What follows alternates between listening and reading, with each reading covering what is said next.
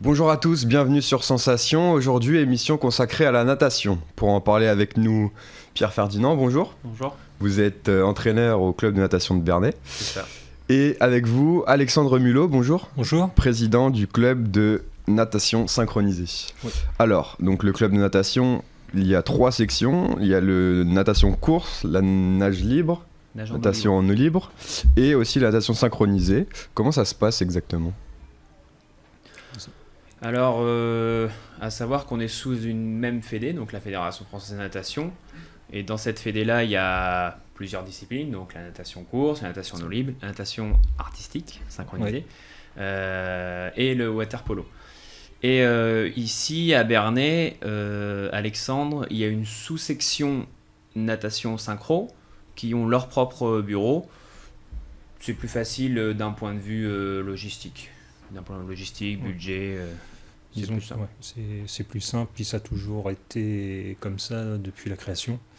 Donc en fait, voilà, c'est comme dit Pierre, c'est plus simple au niveau du bureau, la gestion des achats, que ce soit matériel ou nous, c'est souvent des maillots de bain, des costumes, enfin voilà.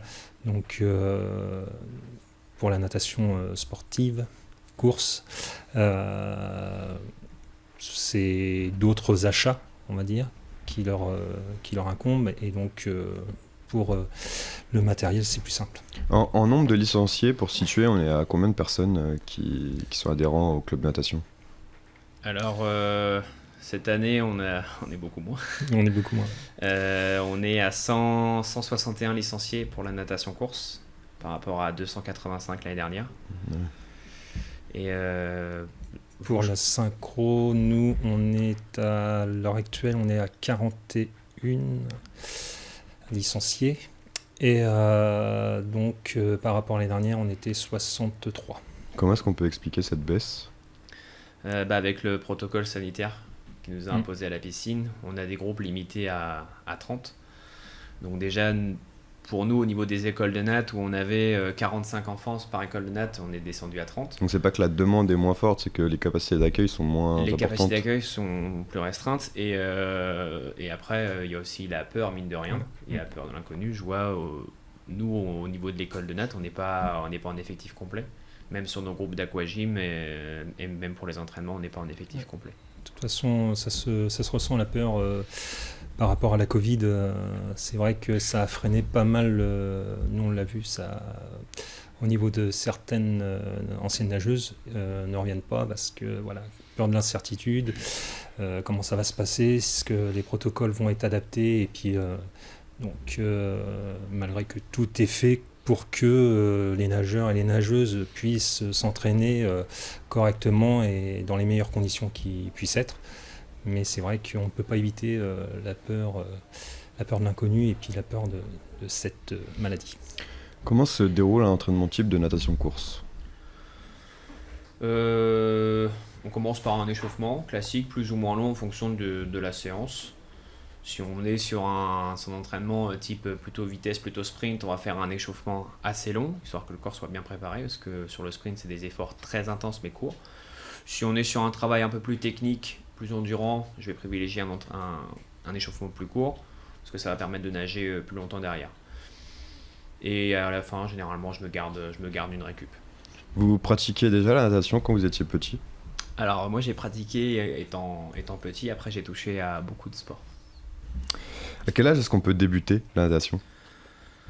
J'ai envie de dire le plus tôt possible. Plus tôt on est dans l'eau, mieux c'est. Après, pour apprendre à nager réellement, on parle de 6 ans révolus. Au moins l'enfant maîtrise bien son schéma corporel. Là c'est l'idéal. Donc les entraînements sont faits dans l'objectif de participer ensuite à des compétitions. Le club de natation de Bernay participe à quel genre de compétition ?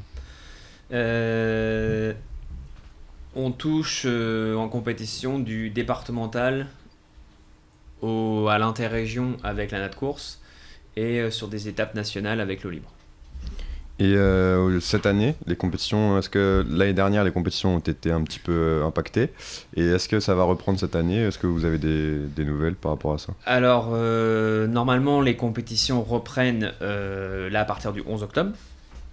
dans des conditions qui sont imposées par la Fédé, donc à savoir à huis clos. Donc les parents n'ont pas le droit d'assister aux compétitions, là où avant les parents passaient leur journée bien souvent avec leurs enfants aux compétitions. Là, les parents doivent déposer leurs enfants en début de journée, les récupérer fin de compétition. Est-ce qu'il y a une personne au club récemment qui a été loin en compétition ? Loin, c'est-à-dire interrégional, vous en parliez. Encore l'année dernière. Tous les ans, il y a des gens de Bernay course, qui viennent. Dans notre course, ouais, on a un niveau qui tourne entre régions et interrégions. J'ai vu sur le site du club, vous listez les records. Il y a un petit challenge dans le club pour battre ces records. Les ados aiment bien s'y fier, ça. Et à chaque fois, même à la piscine, on a un petit tableau où notre secrétaire de club, Chantal, elle tient à jour ce tableau-là. Et les enfants, ils aiment bien comme ça ce qu'on appelle se tirer la bourre entre eux. Ils aiment bien se mettre en compétition entre eux. Mais ça va, c'est une compétition assez saine qu'ils ont entre eux, parce que là où j'ai la chance dans mon groupe, c'est qu'ils sont tous copains. Donc c'est une compétition assez sereine qui sont entre eux. En général, le nombre de licenciés est assez mixte. Il y a autant de filles que de garçons, ou il y a quand même une tendance ? Ça dépend. Honnêtement, ça dépend des saisons. Il y a une période où j'ai eu beaucoup de garçons. Là, j'ai eu un arrivage de filles. Et là, dans mes petits qui sont montés, c'est assez partagé. Alors, je me tourne vers vous, Alexandre Mulot. La natation synchronisée, justement, c'est souvent un sport très féminin dans les têtes. Est-ce qu'il y a des garçons qui pratiquent ce sport à Bernay ? Alors là, à l'heure actuelle, oui, alors depuis l'année dernière, on a un garçon qui pratique la natation synchronisée, qui préparait un duo avec sa sœur. Et donc, au vu du problème sanitaire, ça a été un peu avorté. Et donc, cette année, ils repartent pour une nouvelle saison et s'entraînent d'arrache-pied, comme on dit. C'est difficile de convaincre des garçons de venir disons que pratiquer. Les mentalités commencent un peu à changer. C'est vrai que ça a été beaucoup stigmatisé, sport de filles. Parce que un garçon qui fait de la natation artistique, c'est pas tellement dans le sens des mentalités, on peut dire. Et donc, oui, ça commence à changer. Vous êtes un bon exemple, parce que vous avez d'ailleurs pratiqué la natation synchronisée. Il y a une vingtaine d'années. Comment est-ce que vous en êtes arrivé à pratiquer ? Comment je suis arrivé à pratiquer en fait, j'ai connu ma femme à la natation artistique. Moi, j'étais un nageur de natation course.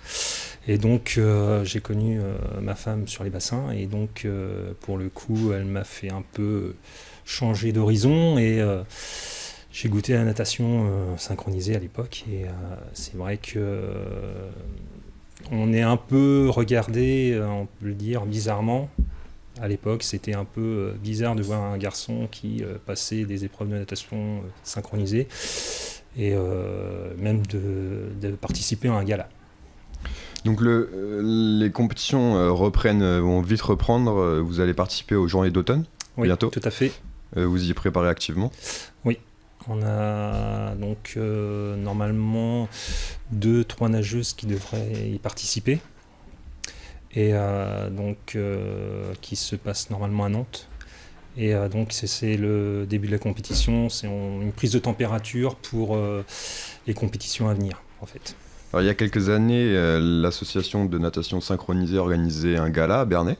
Oui. Est-ce qu'il y aurait une possibilité de reprendre, d'en refaire un ? L'année dernière, c'était en pourparlers avec l'Intercom Bernay Terre de Normandie ainsi que l'école de musique. Donc on avait commencé à discuter sur la possibilité de refaire un événementiel, avec des prises de rendez-vous pour caler les différentes réunions pour pouvoir avoir les musiques en temps et en heure, préparer nos ballets. Parce que c'est vrai que le faire via une musique par CD et via un orchestre en direct, ce n'est pas la même chose. C'est plus compliqué à gérer. Donc on espère oui, on espère que ça puisse revoir le jour rapidement. Merci à tous les deux d'avoir été avec nous sur Sensation. Vous pouvez retrouver cette émission en podcast audio et vidéo sur notre site ou notre application Radio Sensation.